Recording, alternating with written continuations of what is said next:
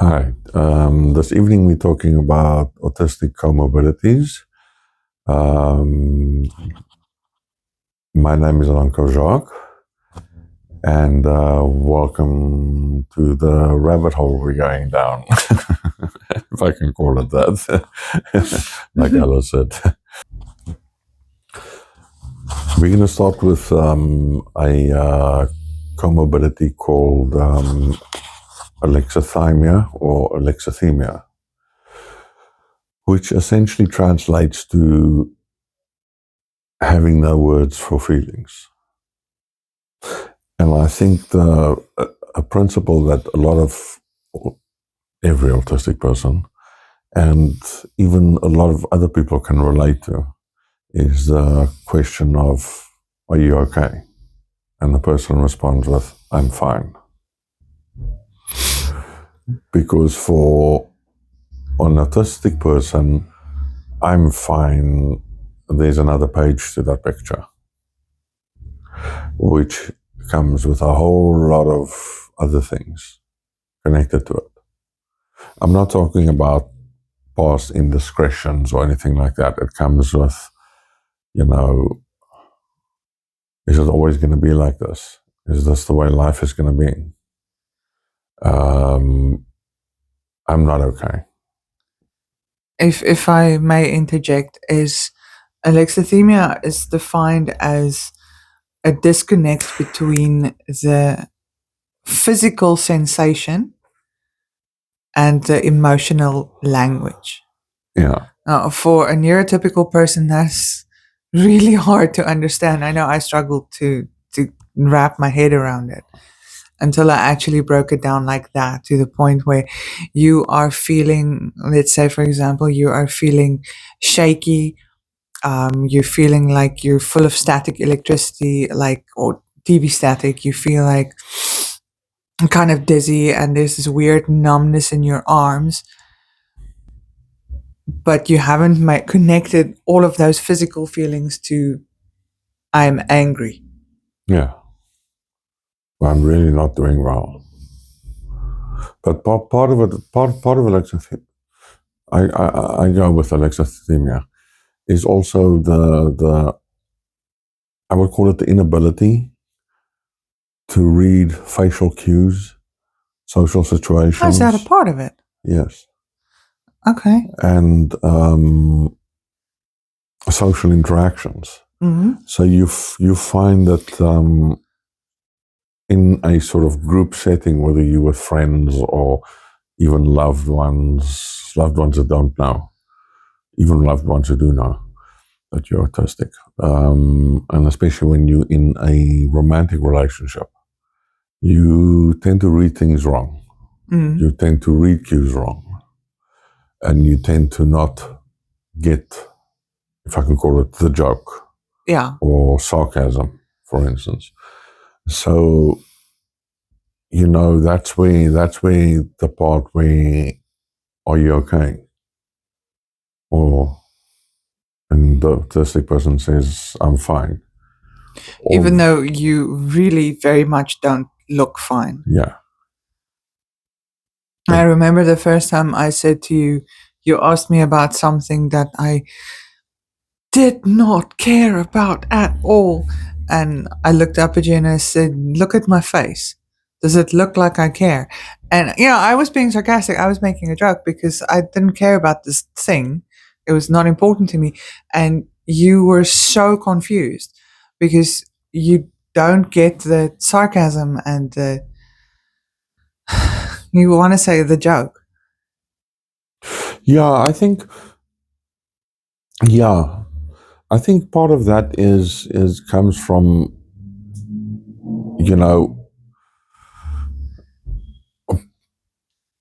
that's where the part of the problem, if I'm going to call it the close relationships, sort of, there's a breakdown point almost that comes in, because a huge part of what,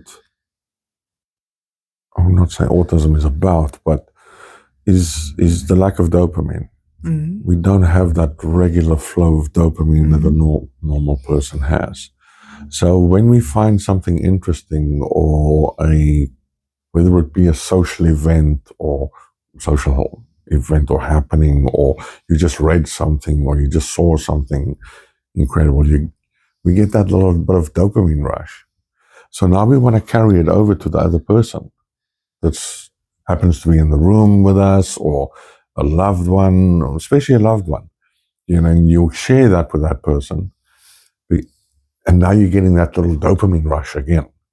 So now that person either goes, listen, I'm a little busy right now, or they make a sarcastic comment back to you that they don't mean it in a negative way, but they sort of make a sarcastic comment back towards the autistic person, and immediately you go, okay, I'm not going to share anything anymore. Okay. I think that's also from a neurotypical point of view. You're standing here, you're busy doing something else, or you are existing in your corner, and the autistic individual comes in, and this person is now super excited about something that you don't necessarily care about. Yeah. And well, let's take, for example, you're actually busy with something else, and you'll look up and you go, okay, yeah. And then the person will start talking, and a lot of the times a neurotypical person's face will say, I'm not interested, or I don't care. Oh, yeah. But you see that a lot. With alexithymia, you don't necessarily notice it. Yeah. So you keep talking. Until the person actually snaps at you, listen, dude, I'm busy, or I don't care, whatever. Yeah. And that hurts your feelings. Yeah. And the other one is irritated because why can't you tell I'm not interested? But you are unable to tell because, I always equate it with software. The piece of software that's supposed to be reading facial cues is not installed in your operating system. Yes. Yeah, essentially. Okay, so I think if you take it sort of computer language, if you want to call it that, which I'm not an expert in at all, but if you take it to that kind of equation of saying that piece of software is not installed in an autistic person, and don't get me wrong. I don't think that there's anything wrong with autistic people. I don't think that they're broken, that they need to be fixed. I think that they are running on different software. They're running Linux in a world that's built for Windows.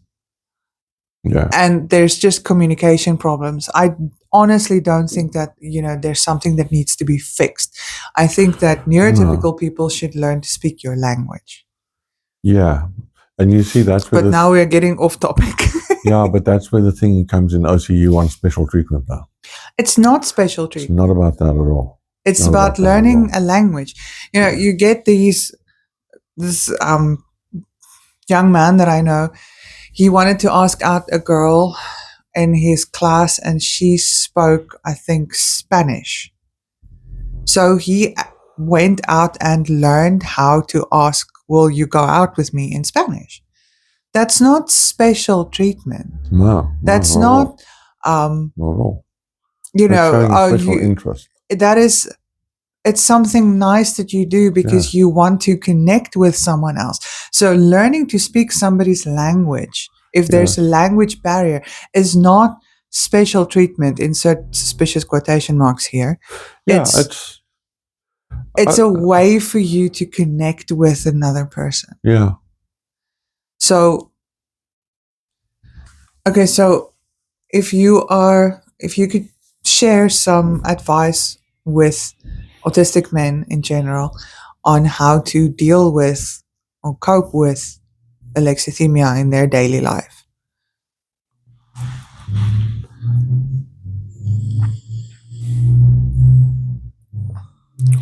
I want to say be brutal honest about your diagnosis as an autistic person. Now that's important. Right? That's important. That is important because and you have to I think you have to lay it out there that you're not expecting any special treatment, but what you are expecting is like you mentioned, you're running a different operating system. You are expecting consideration. Yeah. I just need a minute to process what's busy happening over here. But I'll bet you I'll come up with a brilliant answer when I get back to you. You know, and also I think in romantic relationships it's the same thing. Be honest with your partner, but the non-autistic person in the relationship, whether it be male or female, I think also needs to do a little research. Yeah, as the neurotypical in this equation, I would like to say that from a neurotypical point of view, learning to deal with alexithymia really isn't hard.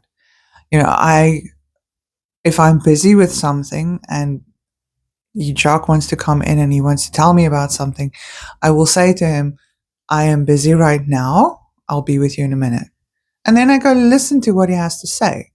Or, you know, if I'm not busy with something, but I don't necessarily care about the thing, I will still listen, because that is not special treatment either. That's just called, you know, respect and consideration. Yeah.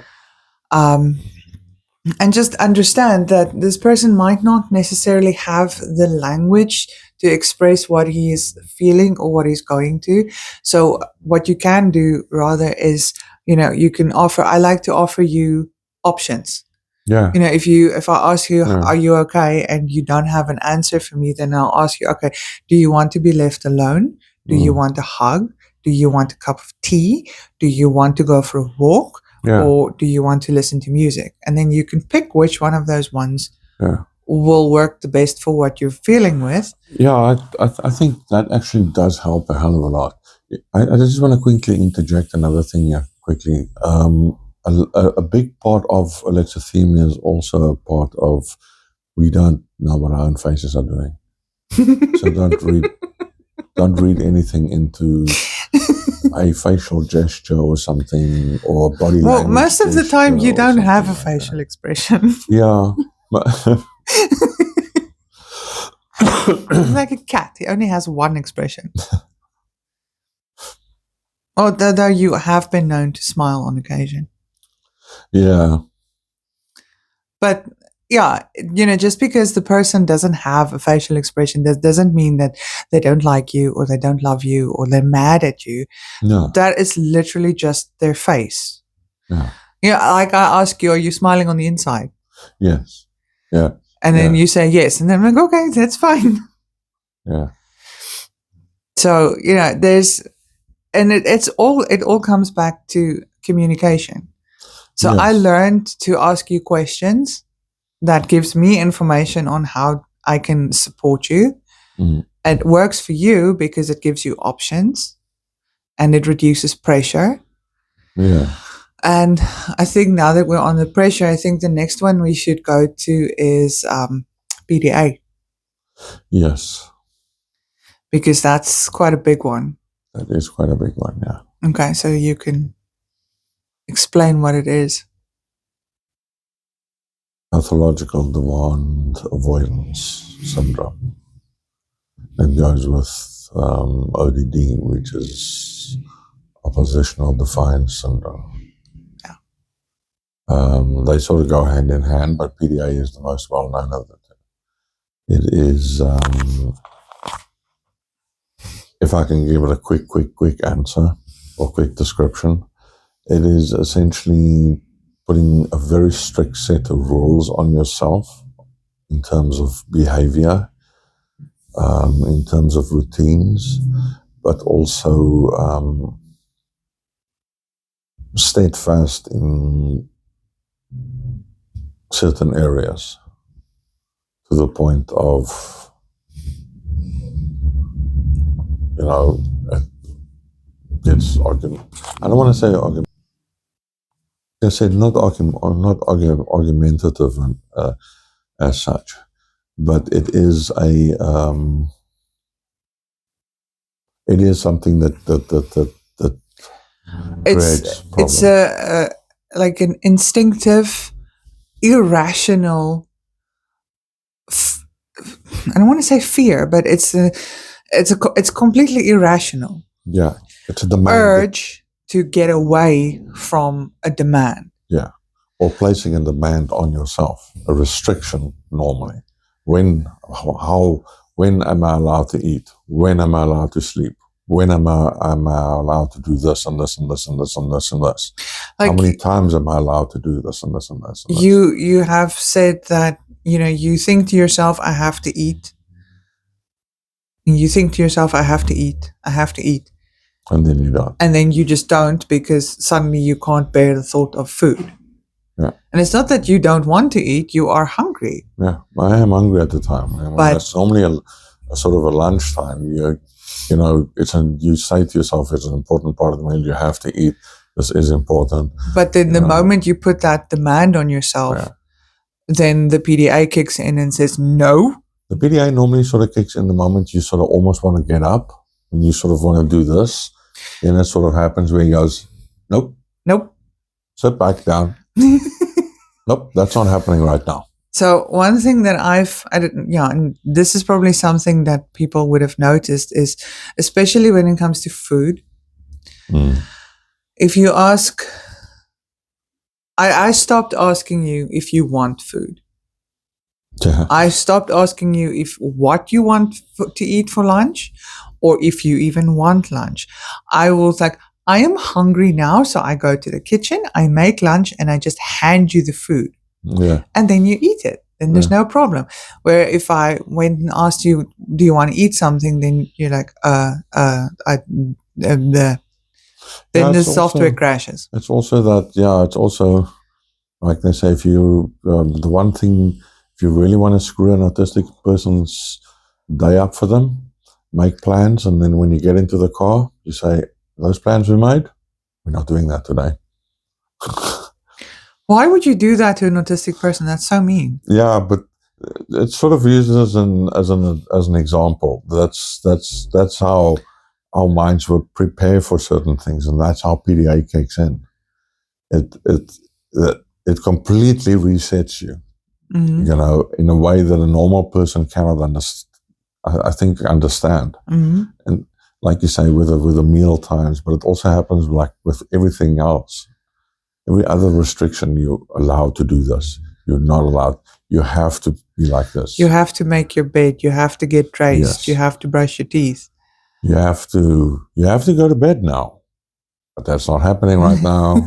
So when you look at the clock, it's like 12 o'clock. You go, listen, normal people went to bed long ago already, hours ago. And you're still sitting over here and you're wide awake.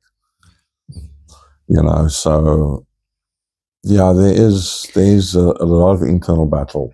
I think for someone who is supporting somebody who has PDA and ODD as a comorbidity, a better way of framing things would be to not state it as a demand, but to state it more as an invitation. Yes. Like, not we have to go for a walk now. Yeah. Why don't we go for a walk? Or let's go for a walk. Because that's an invitation. That's not a demand. Yes. You go, hey, how about we take a walk to the park? Or we take, if you have a pet, for instance, take the dog for a walk or something. Or go to a specific place, for instance. Yeah. Or hey, come to the store with me. Or whatever. Whatever.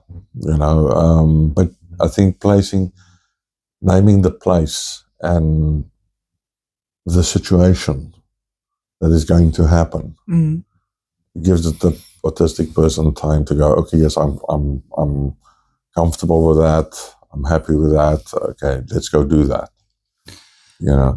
We need to mentally prepare for virtually everything. Yeah, is it not that because that gives you a bigger sense of control, because you know what the environment's going to be like. If you say, for example, let's go take a walk to the park.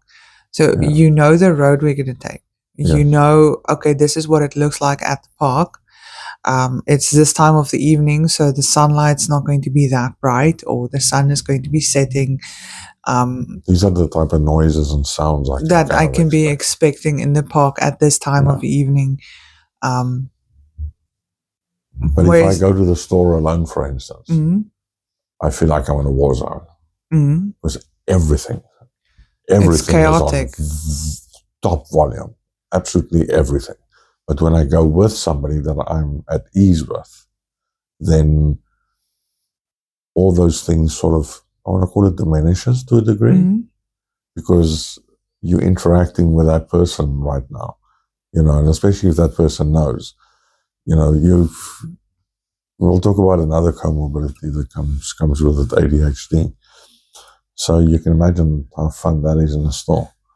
So One of the things that we started doing, especially to help with the discomfort in going into shops, is the sweets.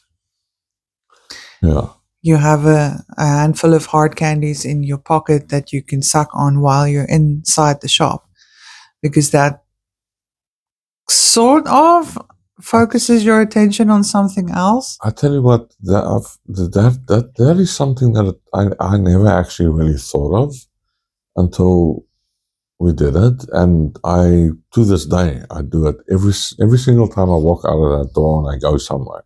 I've got a couple of sweets in my pocket.